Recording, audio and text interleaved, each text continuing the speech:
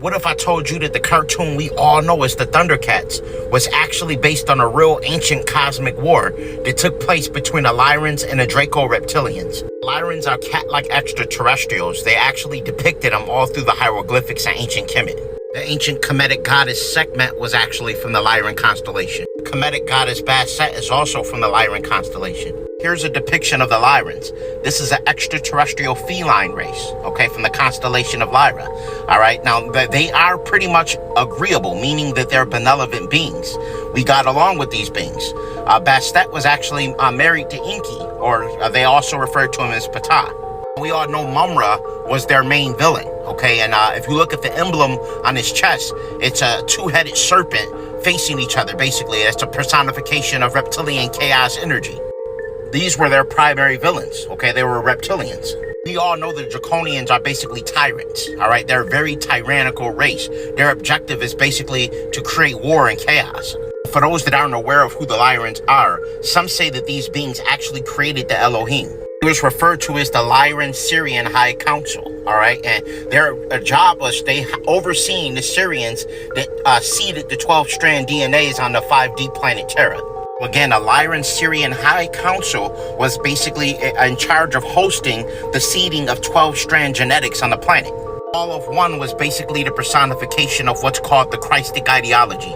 So in perspective, this was a war of consciousness. This is a war between the Christ and the Antichrist. Christ meaning love and service to others, and Antichrist basically just meaning service to self.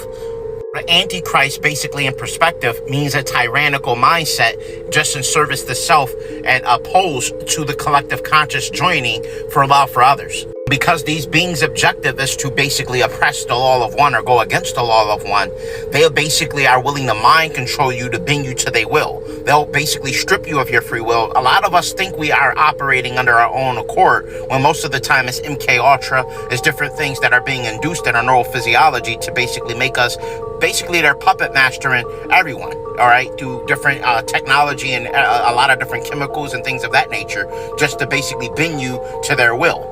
Been depicted it in Thundercats. Mumra was a mummified mystic. He used mind control and a lot of different tactics to get the Thundercats to go against each other, to basically get them off point and things of that nature. Mumra used a lot of mind control tactics and mind games. This is the same thing that's going on currently with the Draco-Reptilians. They use MK Ultra. They use a lot of mind games to basically pull you away from who you truly are. This is why in Thundercats, they also showed us the importance of the third eye and seeing through the illusion. When Lionel picked up the Sword of Omens and he put it right here and he said, give me sight beyond sight, it opened that pineal gland up. And that's the representation of the pineal gland and seeing through the illusion. He was able to see through all Mumra's magic, all his illusions, okay? The fourth wall he put up to create that illusion, that pineal gland will break it down. This is why I stress the importance of getting your lion's mane mushroom or ginkgo biloba to decalcify your pineal gland and regenerate damaged brain cells. I also highly recommend getting your blue lotus and mugwort leaf for accessing transcendental states of consciousness.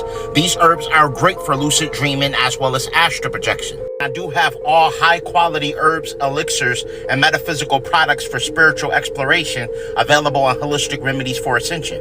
For those who never seen this cartoon, or probably those who never seen it in years, you know what I'm saying? I'm an 80s baby, so I grew up on cartoons like this. Go watch it again. It's a lot of gems in there.